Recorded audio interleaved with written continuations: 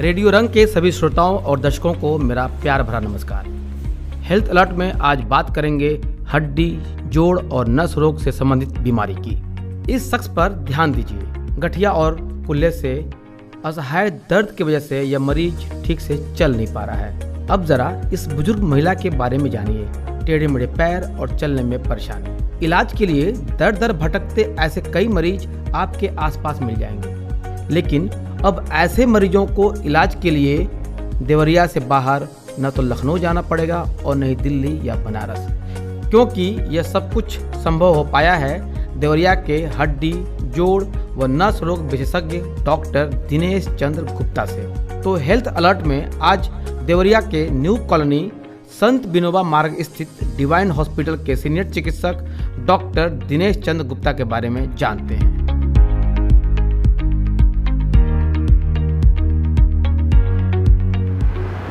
तो हम बात कर रहे थे डॉक्टर दिनेश चंद्र गुप्ता के बारे में, और यहाँ पर एक पेशेंट हैं, ललित सिंह नाम है इनका, और ये भाटपा रानी से आए हुए हैं। और ये बुलेट चलाते समय इनका जो एल्बो है वो पूरी से क्रैक हो गया था, कई जगह टूट गया था, और ये जब कई जगह भटक रहे थे इलाज के लिए, यहाँ तक कि वो सिवान गए और देवरिया में कई जगह इलाज कराया इन्होंने, लेकिन इनका जब इलाज संभव नहीं हो पाया तब इन्हें लगा कि इन्हें बाहर जाना पड़ेगा। हम खुद उनसे जानने की कोशिश करते हैं कि आखिर क्या हुआ था इन्हें और फिर कैसे इलाज हुआ। क्या नाम है आपका? सर मेरा नाम ललित दीनानाथ सिंह है और मैं भाटपा रानी का रहने वाला हूँ। जिला देवरिया पड़ता है हमारा। तो कैसे क्या हुआ था आपको? सर मेरे बुलेट चलाते समय एक्सीडेंट हो गया था। हाँ जी, और हाथ में फ्रैक्चर हो गया था एल्बो में, और बहुत ज़्यादा क्रिटिकल कंडीशन हो गई थी। जैसे जब हाथ टूटा तो हम तुरंत वहाँ के लोकल डॉक्टर के पास गए, तो उन्होंने एक्सरे रिपोर्ट की, तो उन्होंने बोला कि देखिए ये हमारे बस का नहीं है, मैं कच्चा प्लास्टर कर देता हूँ, उसके बाद आपको देवरिया गोरखपुर जाके ऑपरेशन करवाना पड़ेगा। तो लोगों ने मुझे एक सिवान के डॉक्टर के बारे में बताया, तो स्टार्टिंग में मैं वहाँ पे गया, लेकिन वो डॉक्टर मतलब मेरी एक्सरे रिपोर्ट देखने के बाद इस तरह से वो करने लगे कि मुझे लगा कि शायद उनके बस का है नहीं। एट लास्ट उन्होंने इलाज करने से इनकार उन्होंने नहीं किया। वो मुझे दौड़ाते रहे कि आप शनिवार को आइए, आप सोमवार को आइए, आप बुधवार को आइए। कतराने लगे, स्पष्ट मना भी नहीं किया, और 3-4 चक्कर उन्होंने मेरे वहाँ पे लगवा दिए।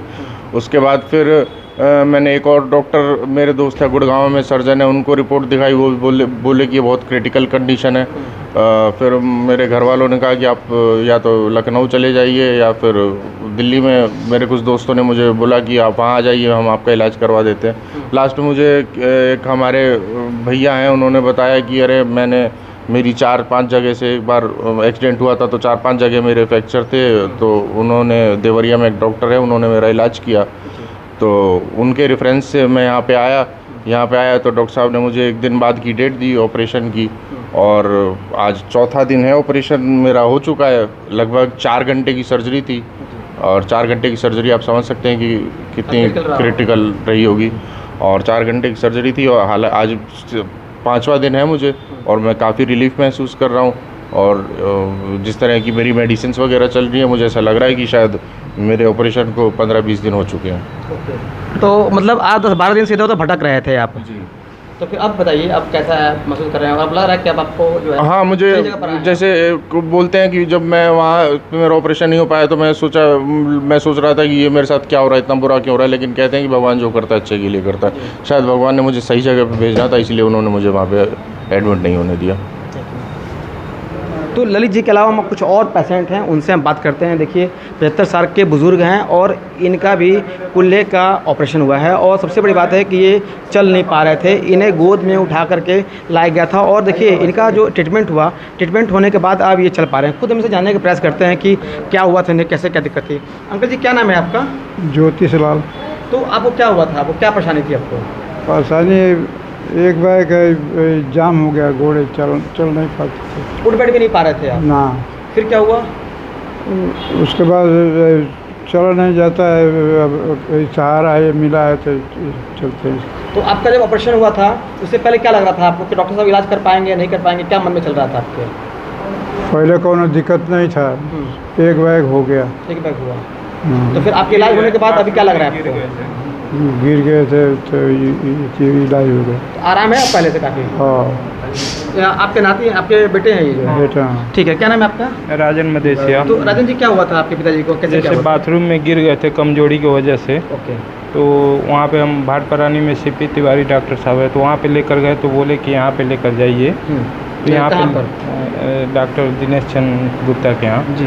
तो यहाँ पे हम लेकर आए तो डॉक्टर साहब देखे, रिपोर्ट एक्सरे किए थे वहाँ पे, तो बोले थे कि डॉक्टर साहब को हम दिखाए थे एक्सरे, तो बोले थे कि हड्डी का कोल्हा का गोला टूट गया है, तो उसको ऑपरेशन करना पड़ेगा। तो ऑपरेशन हुआ है। तो उससे पहले आप लोग कैसे लेके आए? गोद में उठा के लाना पड़ा? हाँ, जैसे बोलेरो गाड़ी से लेकर आए थे जी, तो गोद में लेकर आए थे उठा के। और अब इस समय थोड़ा बहुत चल रहा है, ऑपरेशन हुआ है तो हाँ काफ़ी आराम है आप लोगों को? हाँ। चलिए तो हम एक और पेशेंट से बात करते हैं, और ये हैं 75 साल से ज़्यादा उम्र है इनका, भोजिया देवी नाम है इनका, और देखिए इनका भी ट्रीटमेंट हो रहा है और इनके भी कुल्ले की जो हड्डी का रिप्लेसमेंट हुआ है। सबसे बड़ी बात है कि देवरिया जैसे शहर में अब ऐसा जो इलाज है वो काफ़ी आसानी से हो रहा है, इसके लिए लोगों को बाहर नहीं जाना पड़ रहा है। और देखिए डॉक्टर साहब खुद इनकी काउंसलिंग भी कर रहे हैं, उनसे उनका हालचाल ले रहे हैं। और 3-4 दिन पहले इनका ऑपरेशन हुआ था, और ऑपरेशन करने के बाद इनकी क्या स्थिति है खुद हम बात करते हैं इनके परिजन से और जानने का प्रयास करते हैं कि आखिर हुआ क्या था। आप बताइए क्या नाम है आपका? आप बताइए क्या नाम है इनका? भोजिया। तो क्या हुआ था इनको? वो फिसल गिर गई थी बाथरूम में, तो टूट गया था यहाँ से हिप में। तो फिर यहाँ उठा के हम इनके पास डॉक्टर साहब के पास लेके आए, सुने थे बोलते डॉक्टर साहब अच्छे है, फेमस है ये वो, तो इतना सजेस्ट किया हमको तो यहाँ पे लेके आए।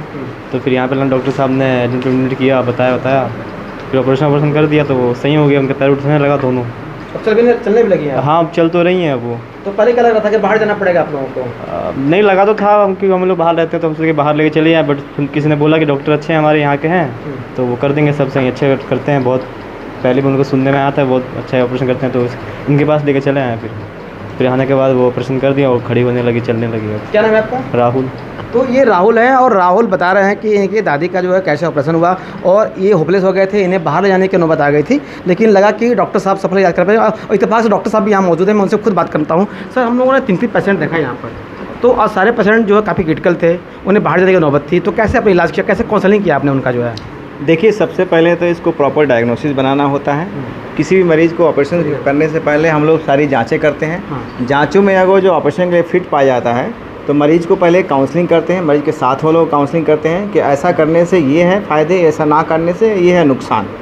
मरीज़ ज़्यादातर तो समझ जाते हैं, कुछ मरीज़ नहीं भी समझते हैं, ठीक है, ऐसे होते हैं, लेकिन ये लोग समझदार थे, लोग समझ गए, जल्दी डिसीजन ले लीजिए और इसका ऑपरेशन हो गया। दोनों मरीजों में जैसा कि हमें देखना है, इसमें कुल्हा जो है टूट गया था, लगभग गल के ख़त्म हो गया था। इसमें कुल्हा प्रत्यारोपण सर्जरी हुआ है, कुल्हा बदला गया है। कुल्हा बदलने का सबसे फ़ायदा ये होता है कि हम लोग नेक्स्ट डे मरीज़ को चलाने में सक्षम कर देते हैं। ये अगले दिन से ही चलने फिरने में समर्थ है। और काफ़ी इस एज ग्रुप में हर ऑपरेशन काफ़ी रिस्की होता है, लेकिन हम लोग सारी चीज़ें को संभावनाओं को देखते हुए सब ऐसी व्यवस्था हम लोग बना रखेंगे, कोई भी दिक्कत हो उसे हम लोग निपट लें। और ऐसी व्यवस्था करते हुए छोटे से अस्पताल में भी हम लोग सारी व्यवस्था रखे हैं, और इनके तहत उसके तहत इनका ऑपरेशन सफल ऑपरेशन हुआ है, और ये चलने फिरने में पूरी तरह से समर्थ हो गए हैं। जैसा देख सकते हैं, वो भी अब आज चौथे दिन है ऑपरेशन के बाद, बाबा खुद अपने आप चलने में समर्थ हैं। उनका भी कुल्हा बदला गया है और इनका भी कुल्हा बुलाया गया था यहाँ पर। ये लोग एम्बुलेंस के द्वारा और अपने बोलेरो 4 व्हीलर के द्वारा ये लोग खुद अटेंडेंट जो है लेकर आए थे। यहाँ आने के बाद हम लोग स्ट्रेचर से हमारे लड़के जो है वो लोग अंदर ले आते हैं, फिर हम उसका क्लिनिकली टेस्ट करते हैं हाथ लगा के, फिर एक्सरे करा के देखते हैं कि क्या है कंडीशन इनका, और उस कंडीशन के आधार पर ट्रीटमेंट एडवाइस की जाती है। ज़ाहिर तौर पर देखिए, ये जो पेशेंट है, पेशेंट का विश्वास था, और विश्वास पर डॉक्टर साहब खड़े हुए उतर रहे हैं। और जिस तरह से दिनेश चंद गुप्ता ने यहाँ पर संभव कर दिखाया है कि देवरिया में जो सीमित संसाधन है, उस सीमित संसाधन में कैसे कम पैसे में और मरीजों का जो परेशानी को दूर करते हुए कैसे उनका इलाज करना है, ये संभव हो पाया है। तो हम खुद बात करेंगे, डॉक्टर साहब के चैम्बर में बात करेंगे, और हम देवरिया के लोगों से अपील भी करेंगे कि अब जो है उन्हें इलाज के लिए, बेहतर इलाज के लिए बाहर नहीं जाना पड़ेगा। आज हेल्थ अलर्ट में हम बात करेंगे डॉक्टर दिनेश गुप्ता से, और ये संत विनोबा मार्ग में जो न्यू कॉलोनी में है, और वहाँ पर डिवाइन हॉस्पिटल के हेड हैं, और इन्होंने अपनी पढ़ाई जो है वो इटली से की है। दुनिया के सबसे पुराने और जो मेडिकल यूनिवर्सिटी है वहाँ से उन्होंने फेलोशिप किया। और हम खुद जन से जानने का प्रयास करेंगे कि कैसे देवरिया जैसे छोटे शहर में घुटने का या फिर आदमी के कुल्हे का सफल जो प्रत्यारोपण है वो हो पा रहा है। सबसे पहले सर, आपका रेडियो रंग में स्वागत है। बहुत बहुत धन्यवाद आपको आने के लिए। सर, हम देख रहे हैं कि कई हम लोग पेशेंट से मुलाकात की हम लोगों ने, कई लोगों का जो पेशेंट है, खासकर ओल्ड एज के जो पेशेंट हैं, उनके पैर में या घुटने में दर्द की वजह से उनका पैर टेढ़ा हो गया, कुल्ले की जो वो हड्डी है वो घिस जाने की वजह से वो चल नहीं पा रहे थे, उनका इलाज कैसे संभव हो पा रहा है? देखिए, सबसे पहले हम मरीजों को क्लिनिकली चला के हाथ से उसको लिटा के उसको एग्जामिन किया जाता है। उसके बाद से एक्सरे कराया जाता है। एक्सरे के आधार पर डिसाइड होता है कि कौन से ग्रेड का इसमें घुटना घिसा हुआ है, कितना उसमें डिफॉर्मिटी है, कितना टेढ़ापन आया है, उसका पूरा एंगल लेके उसको फिर डिसाइड किया जाता है इसमें किस तरह का कौन सा इम्प्लांट पड़ेगा। उसके आधार पे फिर उसको मरीज़ को खर्च लमसम बताया जाता है। हम यहाँ पे उसे बता दूँ बहुत मिनिमम खर्च में करते हैं, क्योंकि इम्प्लांट बहुत कॉस्टली है, इसलिए मरीज़ को लगता है कि बहुत कॉस्टली है, लेकिन ओवरऑल शहर के अपेक्षा में बहुत कम रेट में यहाँ हम लोग कर रहे हैं। तो उस पहले उसको प्री इवेलुएट किया जाता है ऑपरेशन से पहले। इवेलुएट करने के बाद से उसको प्रॉपर प्लानिंग के बाद मरीज़ को काउंसलिंग किया जाता है। काउंसलिंग के बाद मरीज़ तैयार होता है तो उसको प्रॉपर जो है एनेस्थीसिया से पहले हम लोग फिटनेस ले लेते हैं। फिटनेस के बाद वो सर्जरी होती है। घुटना प्रत्यारोपण सर्जरी लगभग 2 घंटे की होती है, और इसमें सबसे बड़ा एडवांटेज ये है कि इसमें पुराना घिसा हुआ पार्ट जो घुटने का है उसको हम लोग निकाल के उसको नया लगा देते हैं, आर्टिफिशियल लगाते हैं। तो इसमें इमीडिएटली पेन से रिलीव हो जाता है, और इमीडिएटली इवन 1-2 दिन के अंदर ही मरीज़ चलने फिरने में समर्थ हो जाता है। पूरी तरह से चलने के लिए लगभग बिल्कुल पहले जैसे होने में 3 हफ्ते या 4 हफ्ते मैक्सिमम लगते हैं। उससे पहले केवल टाँकों का हल्का फुल्का दर्द रहता है। तो यहाँ पे हम बहुत सफल इलाज कर रहे हैं। जितने भी सर्जरी हुए हैं सारे ऑपरेशंस बिल्कुल सफल हुए हैं, और आगे भी आप लोग के आशीर्वाद से होता रहेगा। और मरीजों का हमारे ऊपर ट्रस्ट बन गया है। मरीज़ बहुत आ रहे हैं, बहुत क्वेरी हो रही है हमारे पास। रोज़ नए मरीज आते हैं कि साहब ये प्रॉब्लम है, इतने साल से नहीं चली हूँ, ये है। आगे भी हम और कोशिश करेंगे कि और हम कुछ ऐसे प्लानिंग के तहत कुछ टीपीए या फिर आयुष्मान भारत का भी कोशिश करेंगे कि ये ले लें, और इसमें और भी कम रेट में या कैशलेस सुविधा भी कि हम कोशिश करेंगे कि लेके और मरीजों को कैशलेस सुविधा भी दें। सर, सबसे बड़ी बात है भरोसे की। आपने कहा ट्रस्ट की बात जो है, तो जो मरीज आपके पास आते हैं वो काफ़ी ओल्ड एज के होते हैं, उनके अंदर एक घबराहट होती है कि मेरा इलाज हो पाएगा नहीं हो पाएगा, लेकिन उन्हें आप कैसे भरोसा दिलाते हैं? देखिए, आजकल के सिनारियो में ये है कि पहले की अपेक्षा हमारा मेडिकल ये जो टेक्नोलॉजी है काफ़ी डेवलप कर गया है।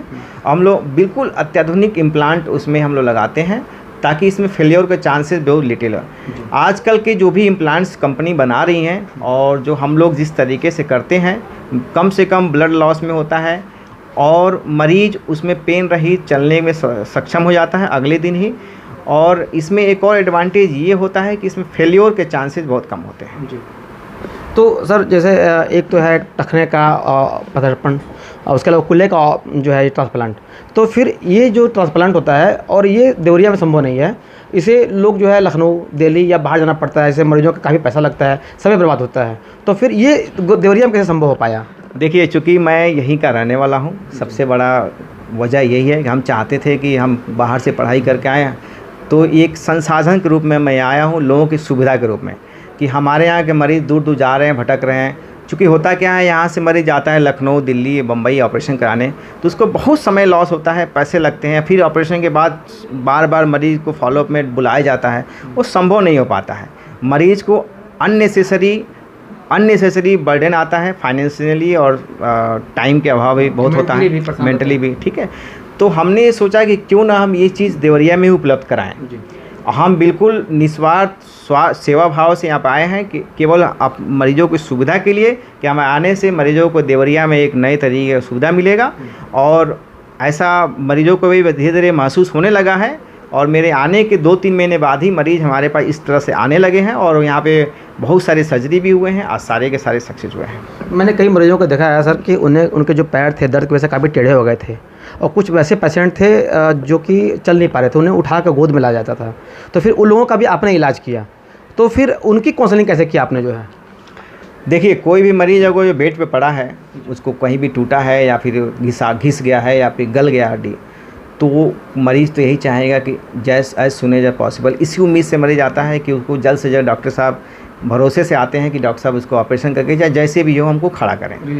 तो सबसे पहला तो यही है कि सबसे पहले हम मरीज़ को भरोसा दिलाते हैं कि माता जी या दादाजी या पिताजी जो भी बोलना है उनको संबोधित किया गया। आदमी प्यार से बोलता है, सब जब प्यार से आदमी बोलता है तो आधी मरीज़ का मेंटली वैसे सेटिस्फाइड हो जाता है।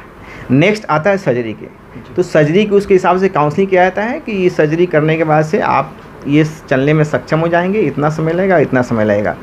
इस तरह से काउंसलिंग की जाती है। परिवार के और भी जो पढ़े लिखे अटेंडेंट होता है उनको भी इकट्ठे बुला के हम चैम्बर में काउंसलिंग करते हैं। ज़्यादातर तो समझ जाते हैं और समझने के बाद से वो ऑपरेशन के तैयार हो जाते हैं, ऑपरेशन हो जाता है और मरीज भी सब खुश हैं। आपने जैसे देखा अभी वार्ड में इंटरव्यू लिया, मेरे सारे मरीज वेल सेटिस्फाइड हैं, कहीं कोई दिक्कत नहीं है। सर एक सबसे बड़ी चुनौती है क्विक डॉक्टर्स, क्योंकि कई बार क्या होता है कि पेशेंट जो है वो डॉक्टर के पास आ नहीं पाते हैं और गांव में इलाज कराते हैं और उन्हें पेन किलर खाना पड़ता है जिसका जो है शरीर के दुष्प्रभाव पड़ता है। उसके बारे में क्या कहना है आपको? ये बहुत अच्छा आपने एक टॉपिक उठाया है और बहुत अच्छा क्वेश्चन किया है। चूँकि हमारे वहाँ अवेयरनेस की बहुत कमी है। आज भी मरीज़ जो है 99.9% हमारे तरफ के मरीज़ वो लगातार पेन किलर या फिर क्वैक द्वारा या फिर मेडिकल स्टोर से खुद से over the counter pain killer लेके खाते रहते हैं और वो बीमारी ठीक नहीं होता है, बल्कि पेन कम करने के चक्कर में वो दवाइयों का साइड इफ़ेक्ट गुर्दे पे, लीवर पे, तमाम तरह के साइड इफ़ेक्ट होने लगते हैं। जब वो ज़्यादा हो जाता है तब मरीज़ पहुंचता है कहीं डॉक्टर के पास तो बहुत देर हो चुका होता है। तो हम आपके माध्यम से हम लोगों को अपील करना चाहेंगे, लोगों से यही अपील करेंगे कि वो समय रहते अच्छे एजुकेटेड डॉक्टर से दिखाएं और उसका प्रॉपर इलाज पाएँ। क्योंकि शुरुआत में अगर जो बीमारी पकड़ में आ जाती है तो हम लोग लाइफ स्टाइल चेंजेस, खान पान, कुछ दवाइयाँ, कुछ बेल्ट, कुछ एक्सरसाइज बताते हैं जिससे उसका घुटने का और कुल्हे का समस्या, रीढ़ की हड्डी की समस्या आता ही नहीं है और वो कभी ऑपरेशन की ज़रूरत पड़ता ही नहीं है। तो ऐसे मरीजों से मैं यही अपील करूँगा कि समय रहते आप डॉक्टर पर पहुँचें और सही इलाज पाएँ। क्वैक्स के द्वारा और चौराहे पे, मेडिकल स्टोर पे इधर उधर ना भटकें, यही आपसे अपील है। एक और क्वेश्चन है कि आपने भोपाल से आपने एमएस किया है और उसके अलावा आपने रामाराम लोहिया में, आपने दिल्ली से आपने जो है वहाँ सीनियर रेजिडेंट रहे हैं, आप उसके अलावा इटली में आपने फेलोशिप किया है। तो सब कुछ विदेश में और देश के बड़े बड़े शहरों में पढ़ाई करने के बाद फिर आपने देवरिया शहर ही क्यों चुना? आप मजूरी राज छोटे से कस्बे के रहने वाले हैं, तो फिर आप बाहर भी आकर प्रैक्टिस कर सकते थे, देवरिया में क्यों? देखिए, इसमें सबसे बड़ा योगदान हमारे पेरेंट्स का है। मेरे पेरेंट्स यही चाहते थे कि हमारा बच्चा वो जो कोई भी बड़ा काम कर रहा है तो अपने लोगों के बीच में रहे ताकि उनका भी मान सम्मान रहे और अपने लोगों को फ़ायदा हो। देखिए, बड़े शहरों में मेरे जैसे और भी डॉक्टर हैं, वहाँ भी सुविधा की कमी नहीं है, ठीक है। पेरीफेरी में, छोटे शहरों में इस चीज़ की बहुत अभाव है। उस अभाव को एक मेरे द्वारा प्रयास किया गया है फुलफ़िल करने के लिए, ताकि हमारे आने से यहाँ पे भी कुछ चीज़ें बदलाव हो और वो बदलाव धीरे धीरे देखने को मिल रहा है यहाँ पे। तो ये बदलाव परिवर्तन के लिए भी आया हूँ मैं और अपने लोगों को सेवा करने के लिए आया हूँ कि हमारे द्वारा लोगों को ये चीज़ जो बड़े शहरों में पॉसिबल था वो यहाँ पे अब संभव हो पा रहा है। इसी उद्देश्य से आया गया यहाँ पे। तो जाहिर तौर पर एक और चीज़ जानना चाह रहे थे कि जो डिवाइन हॉस्पिटल है, डिवाइन हॉस्पिटल में जो ट्रांसप्लांट है, इसके अलावा और क्या क्या फैसिलिटी यहाँ पे अवेलेबल है मरीज़ को और क्या क्या सुविधाएँ दी जाती हैं ताकि जो है वो यहाँ पर इलाज करा सकें? देखिए, यहाँ पे 2 डिपार्टमेंट चलता है, एक ऑर्थोपेडिक्स एंड गायनेकोलॉजी। ऑर्थोपेडिक्स मैं स्वयं देखता हूँ। ऑर्थोपेडिक्स में किसी तरह का फ्रैक्चर, चोट, एक्सीडेंटल मरीज़ हो उसका 24/7 हम लोग सेवा देते हैं। और सर्जरी की बात रही, सर्जरी में किसी भी तरह का फ्रैक्चर की सर्जरी वो 100% सक्सेस रेट के साथ संभव है यहाँ पे।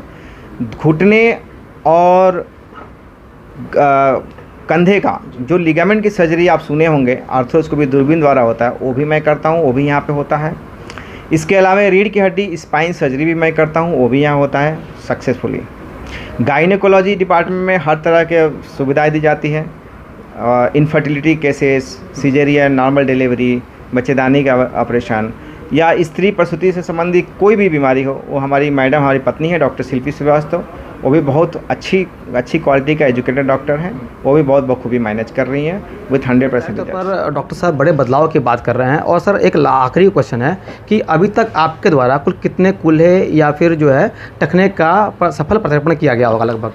देखिए, मैं पिछले 2014 में मैंने MS पास किया था। उसके बाद से मैं कई जगह पे, दिल्ली में, मुंबई में, बड़ौदा में, इटली में मैंने लगभग 1 से 1.5 साल तक मैंने और फेलोशिप्स और ट्रेनिंग लिया है। उस ट्रेनिंग के बाद मैं अभी तक हमें लगता है कि मोर देन 55 सर्जरी हमने किया है और लगभग सारे मरीज़ हमारे 100% मेरे हमारा रिजल्ट है। और देखिए, हर सर्जरी का कुछ ना कुछ साइड इफ़ेक्ट्स होते हैं, फेल्योर रेट्स भी होते हैं, लेकिन हम लोग प्रयास करते हैं कि कहीं भी इवन 1% भी चांस ना हो कि कोई फेल के चांसेस बने। तो सारा चीज़ें पहले इवैल्यूएट कर लेते हैं ऑपरेशन से पहले, उसके बाद ही उसमें हाथ लगाते हैं। इसीलिए हमारे यहाँ फेल्योर रेट बहुत कम है।